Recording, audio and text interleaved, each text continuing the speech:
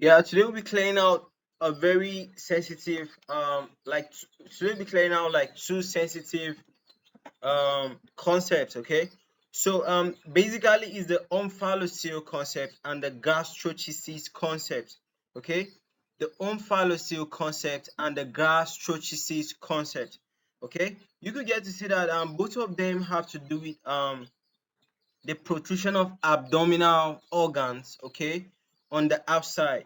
Okay, but these two concepts are not the same. These two concepts are actually different concepts. Okay, so you have the omphalocele and you have the gastroschisis. Okay, so what is the difference between the omphalocele and the gastroschisis? So first of all, guys, when you are asked to differentiate between two concepts, you could do well by first of all defining these concepts individually, okay, so that your listener can even spot out the difference as you define these two concepts. So first of all, let's define the omphalocele. We said that what is the omphalocele? We said that an omphalocele, pronounced as omphalocele, is also known as what?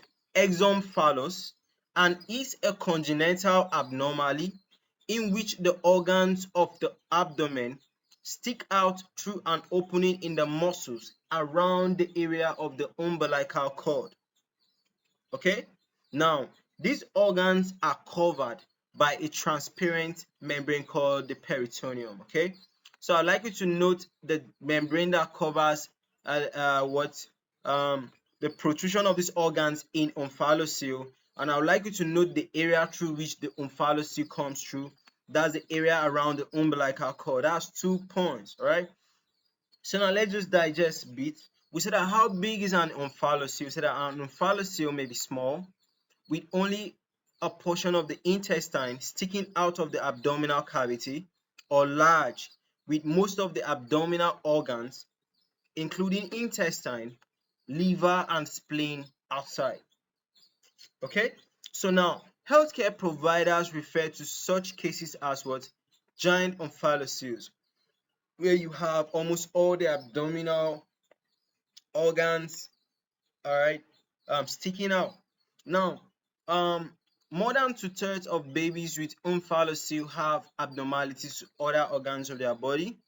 Okay, now most commonly they have problems with their spine, their digestive system, their heart, their urinary system, and the limbs. Okay, so this is an omphalocele, this is a gastroschisis. Okay, and you can see that the omphalocele comes out through the area of the umbilical cord, while the gastroschisis is, can you see where the umbilical cord is? But the gastroschisis is like coming away from the umbilical cord. Okay, so I think that's the first difference. Okay, omphalocele is through the umbilical cord, the gastroschisis is through the anterior abdominal wall, mostly on the right. Okay, so what other complications might babies with omphalocele have? We said that babies born with an omphalocele frequently have other complications such as what? Poor lung growth development, intestines are slow to handle food, heart malformations, Beckwith-Wiedemann syndrome. Okay, this is a common it's a condition typified by a large tongue, all right, that's high insulin and low blood sugar, okay, and also chromosomal abnormalities. All right, so this like it has been a long time coming, but this whole lecture we have only touched the omphalocele. All right, so now let's like jump into gastroschisis.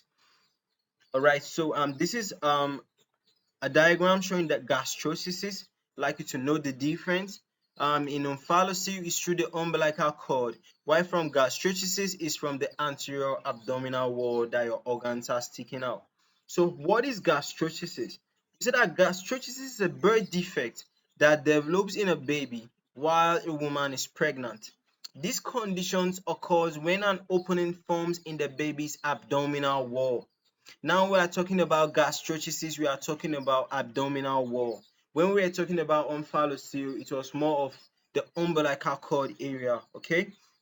So the baby's bowel pushes through this hole.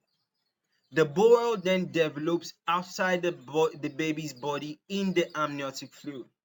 Okay, now the opening is most often on the right side of the baby's belly button, okay, away from the umbilical cord, but on the right. Now, it can be small or large, but it is typically 1 to 2 inches in size.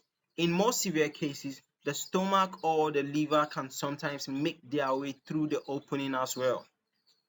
All right, now because the bowel is outside the baby's body, it is unprotected.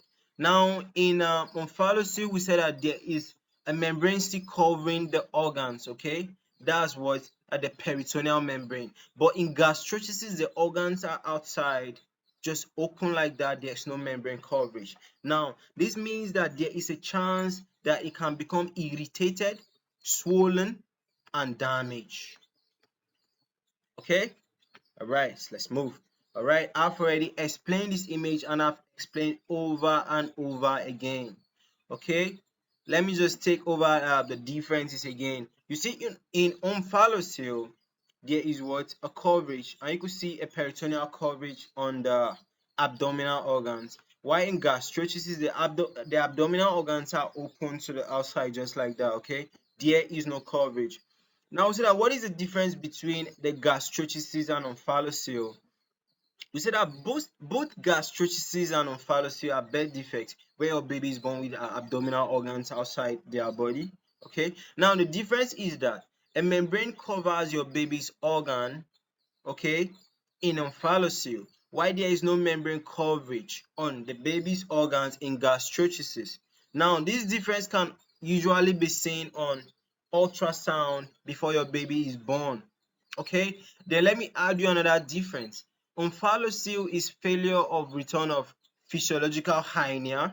Okay, why that's omphalocele. Why gastroschisis is the improper formation of the anterior abdominal wall. The anterior abdominal wall did not form correctly. That's why you have the organs outside.